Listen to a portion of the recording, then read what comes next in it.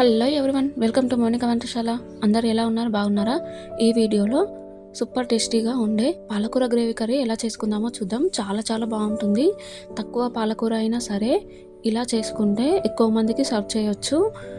చాలా బాగుంటుంది కర్రీ మాత్రం. ఎప్పుడు ఒకే రకంగా వండుకుంటారా? ఇలా ఒక్కసారి ట్రై చేసి చూడండి. మీరే మళ్ళీ చేసుకొని తింటారు, అంత బాగుంటుంది.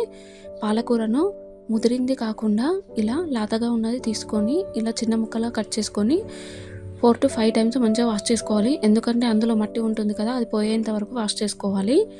ఇప్పుడు స్టవ్ వెలిగించి స్టవ్ పైన బౌల్ పెట్టుకొని కొన్ని పల్లీలను డ్రై రోస్ట్ చేసుకోవాలి. ఈ కర్రీలో పల్లీలు చాలా టేస్టీగా ఉంటాయి.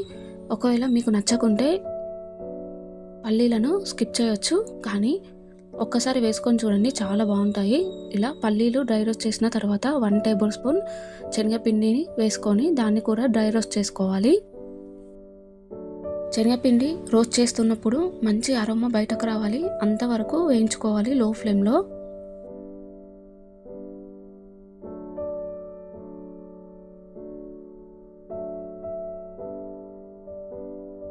కొద్దిసేపటికి శనగపిండి మంచిగా రోస్ట్ అవుతుంది.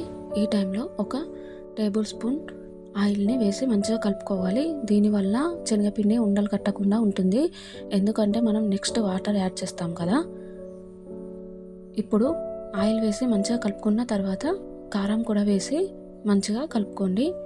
ఇప్పుడు కర్రీకి సరిపడా కారం ఇప్పుడే వేసేసాను. ఇలా మంచిగా కలుపుకొని 1 గ్లాస్ వాటర్ని యాడ్ చేస్తున్నాను. ఇక్కడ నేను 1/2 కిలో పాలకూరను తీసుకున్నాను కదా, దాన్ని బట్టి వాటర్ని యాడ్ చేసుకోండి. ఈ వాటర్ బాయిల్ అయిన తర్వాత తగ్గిపోతాయి కదా, ఇలా వాటర్ యాడ్ చేసుకొని మంచిగా లో ఫ్లేమ్లో ఉడికించుకోండి. అప్పుడు శనగపిండి మంచిగా ఉడికిపోతుంది వాటర్లో. ఇప్పుడు ఈ బౌల్ని తీసుకొని మరొక పొయ్యి మీదకి షిఫ్ట్ చేస్తున్నాను. మళ్ళీ ఇప్పుడు వేరే బౌల్ తీసుకొని అందులో కర్రీకి సరిపడా ఆయిల్ వేయాలి.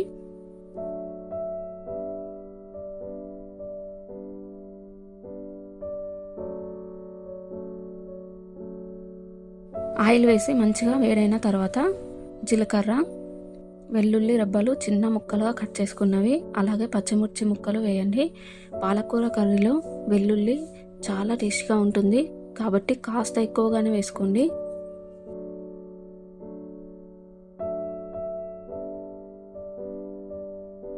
వెల్లుల్లి, పచ్చిమిర్చి కాస్త ఆయిల్లో వేగిన తర్వాత కర్రీకి సరిపడా పసుపు కూడా వేసి మరొకసారి మంచిగా కలుపుకొని కట్ చేసుకున్న పాలకూరను వేసి మంచిగా కలుపుకోండి. పాలకూరను ఆయిల్లో వేయగానే క్వాంటిటీ తగ్గిపోయి దగ్గరకు వచ్చేస్తుంది కదా. ఆకుకూరలు చూడ్డానికి ఎక్కువగా కనిపిస్తాయి కానీ వండేసరికి కొద్దిగా అయిపోతాయి కదా. ఇప్పుడు పాలకూరను ఆయిల్లో మంచిగా కలుపుకున్న తర్వాత పాలకూర నుండి వాటర్ పైనకు వచ్చేసి అవి ఇంకిపోయేంత వరకు లో ఫ్లేమ్లో ఉడికించుకోవాలి. ఈలోపు మనం ముందుగా శనగపిండి గ్రేవీ ఉంది కదా, అది కూడా ఉడికిపోతుంది.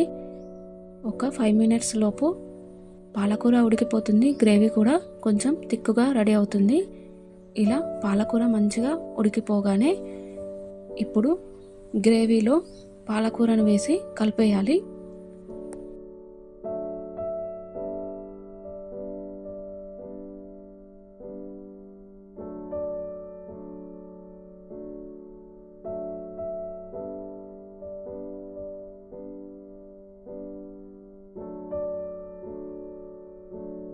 గ్రేవీలో పాలకూర వేసి మంచిగా కలుపుకున్న తర్వాత ఇప్పుడు రుచికి సరిపడా సాల్ట్, ధనియా పౌడర్ వేసి మరొకసారి మంచిగా కలుపుకోవాలి.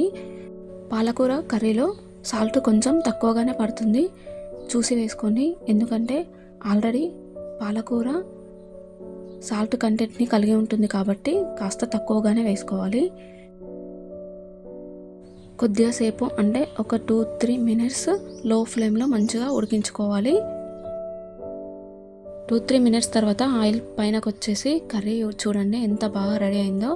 చాలా బాగుంటుంది కర్రీ మాత్రం. ఈ కర్రీ చపాతీలోకి కానీ అన్నంలోకి కానీ చాలా బాగుంటుంది. తప్పకుండా ట్రై చేయండి. వీడియో నచ్చితే సబ్స్క్రైబ్. Thank you.